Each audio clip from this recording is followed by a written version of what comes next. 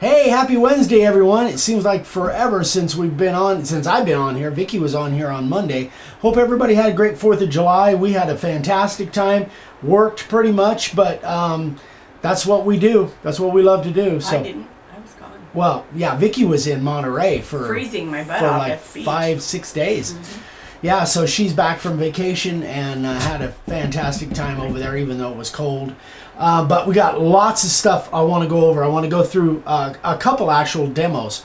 But first, before that, by the way, if you guys need to send me a message, I know a lot of you guys, and I'm on Facebook all the time, but Facebook changed their messaging thing. When you guys send me a message like through my timeline, I may get it, I may not, because it just, the way they've changed it, I can't tell what's read and what's not read.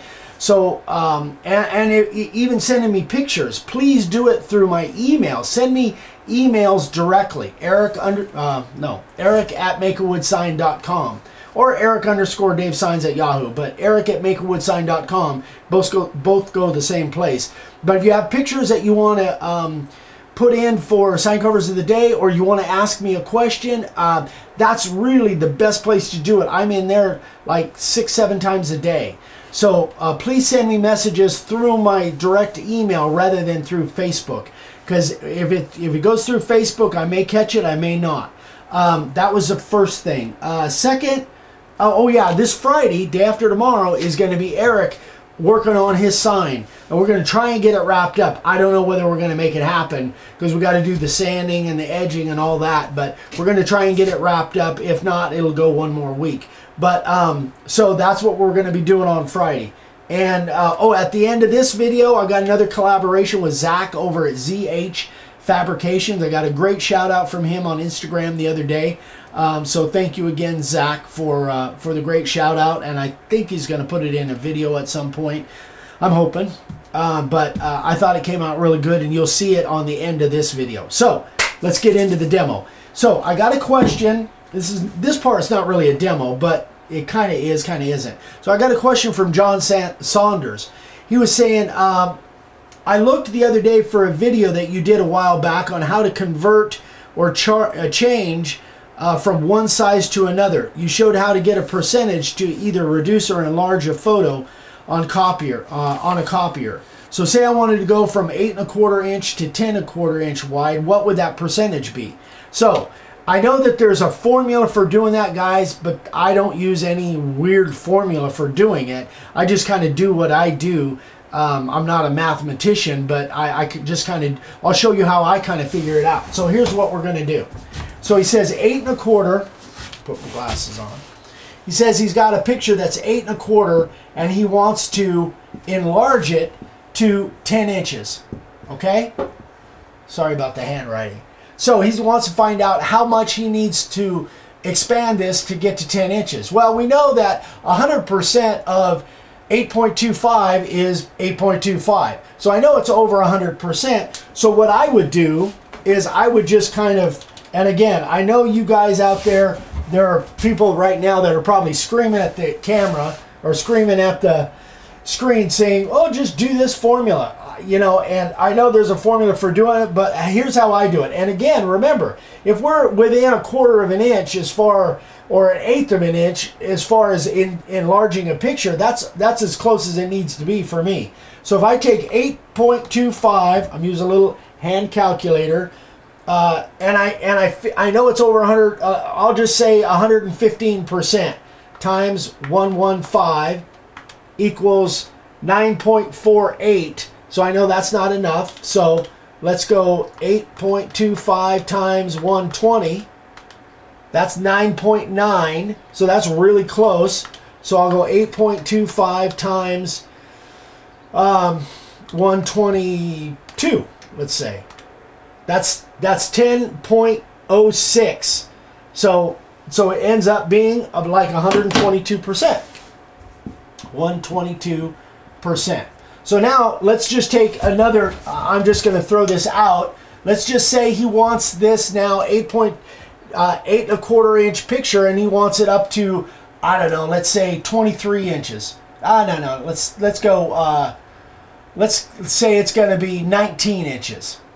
Okay, so let's see, or it could be whatever, but so I know that 8 1/4 times 2 is 17 or 16.5, so I know it's a little over 200%. So let's go 8.25 times, let's say 220%. That's 18.15, so I know it's over that. So 8.25 times, let's say 225%. That's 18.5. So 8.25 times, what did I say? 225? So let's say 230%. That's 18.97. So it's basically 230%. So that's all I do, guys. That's all I do. Now again, I know there's guys out there that are mathematicians that are saying, oh well, you don't have to do that. You can just do this formula and it works. And I'm sure there is, and that's fine.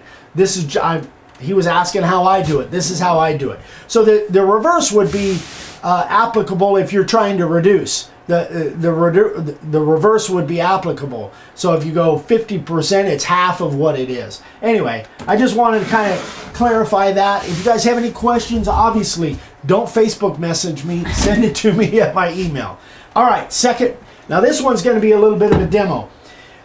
Victoria called me the other day. Victoria Mealer called me the other day and said she was having trouble, and she didn't know why, with letters chipping out. Okay, and I'll show you what I mean by that. I carved a couple little tiny lines. I don't know if is this gonna work? I don't know. I carved a couple little tiny lines here. Let me find something really good to point with. Oh, I found another dry erase marker. We're looking for all over for one. If you look at these two carvings here, you can see the one on this side is. Can you turn it so I get a little angle on it, maybe? This way? Yeah, there you go. Good. The one on this side, see how that kind of chipped out? That's what I'm referring to when I'm talking chipping out. But this one is basically the same, but it didn't chip out. Why? I'm going to show you right now. I'm going to do it on camera. Hopefully it'll work. So, this one chipped out, that one didn't. Here's the reason why. I'm going to just carve right now.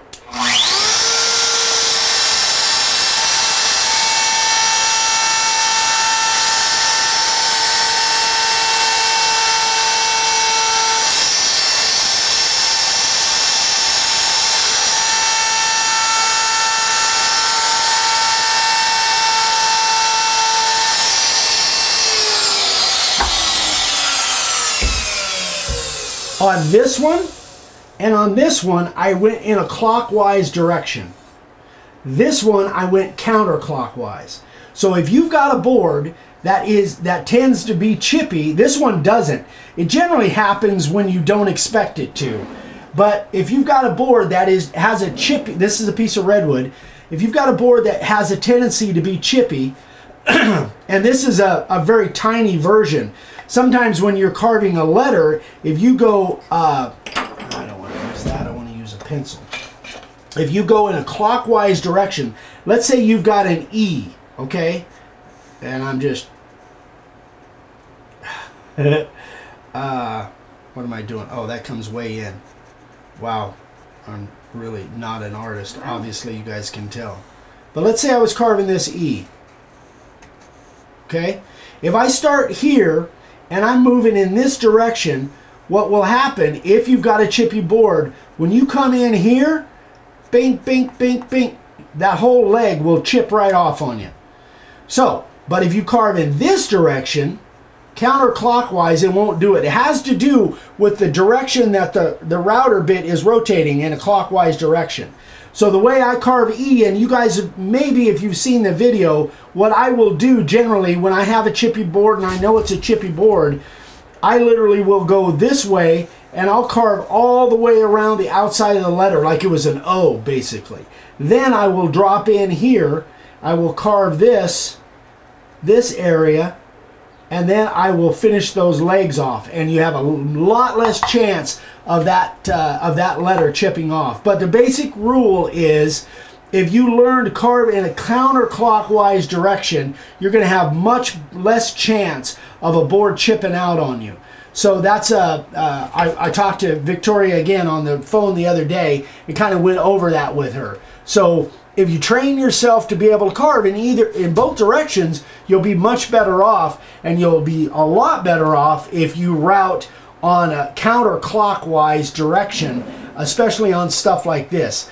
Doesn't always you know, solve everything, but you'll get a lot better results on a board that tends to be chippy. I don't have that problem on pine or cedar that much. Redwood I do. Redwood tends to be chippy.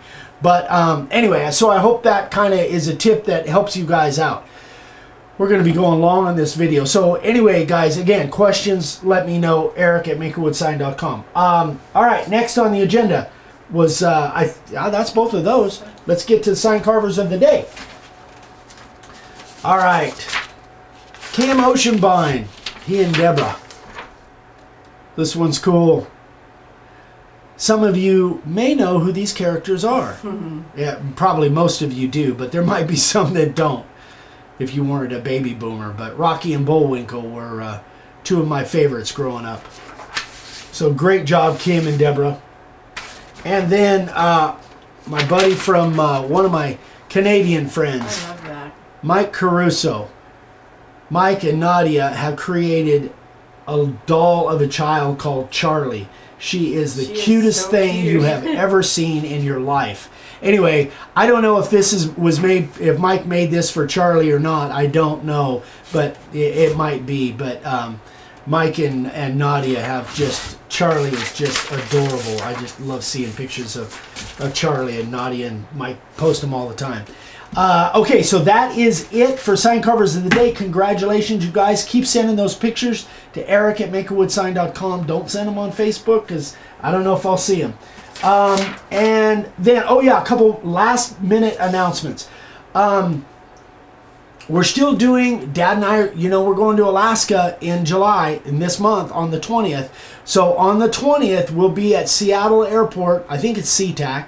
We'll be there, and we'll be able to do a meetup if you guys, we've got some people already lined up, but if you guys are interested and you're in the area, we'd love to spend some time with you. We'll have a couple hours. We should be landing about 2:30, so from about 3 o'clock to maybe 4:30, because then we got to catch another plane up to Alaska about 5:30, 5:45 or something like that. So at least we should have a good window of at least an hour if you guys want to meet with us. And we know we'll have to go check out and then go back through the inspection, but that's no big deal. We got plenty of time to do that. So I hope you guys can meet us. I know we got a couple people lined up already. And then the last one, oh yeah, the possible seminar that's going to be here, or if we're going to do it, it's going to be here in October. We don't have a date set up. There were still slots open if you guys are interested. What were the details on that? There's lots of details on it. Go back and watch. We did on the LTS, on the last LTS, which was at the last Saturday of June. The 24th. If you have any questions on that, write Vicky, write me. We'll be happy to fill you in on some details, but I know we're going long here. So right now will be about a 2-minute video with me showing the sign I made for Zach over at ZH Fabrications. He's got a great channel. Go check him out. And I had a blast making his sign. And thank you again, Zach, for the collaboration. I've got more coming up. A really big one, I hope, in the next month or two. I guess that's about it. So we'll see you guys on Friday. Eric will be here, and we'll be trying to finish up that sign. I'm hoping we get it done on this one and not have to go to a 5th one. And then we've got some exciting stuff coming up. So everybody have a great week. And we'll see you on Friday. Thanks again, guys. Bye. Hi guys, hey, I want to just do a real short video here. I'm doing another collaboration and you guys kind of like it when I put these little videos on the end of other videos. So I got a collaboration with Zach over at ZH Fabrications. This is his logo and I wanted to do something for him, and so this is what I came up with. This is his sign. It's about 11 by 23, something like that. This one definitely had its challenges. Sometimes the simplest things are the hardest. Anytime you get real long straight lines, or lines that just don't give you any really no room for error. I did these all with the profile bit. I did some of this little tiny detail I did with the SC50, but most of it was done with the profile bit and then the 90 degree on the diagonal background. But I kind of like the way it came out. I wanted to do something just a little bit more spectacular than just inset carving, so I decided to put a frame around it. You know, that's basically his logo. I wanted to put a frame around it and then show some background technique too. So anyway, I was happy with the way it came out. I hope Zach likes it. Check out his channel. His link will be down below. Does some amazing metal work along with woodwork. He kind of mixed the two mediums quite a bit. Anyway, has some great videos, does some great stuff. So thank you, Zach. I appreciate the shout out and appreciate the opportunity to make this sign for you. I hope you like it. So anyway, guys, we'll see you next time. Bye-bye.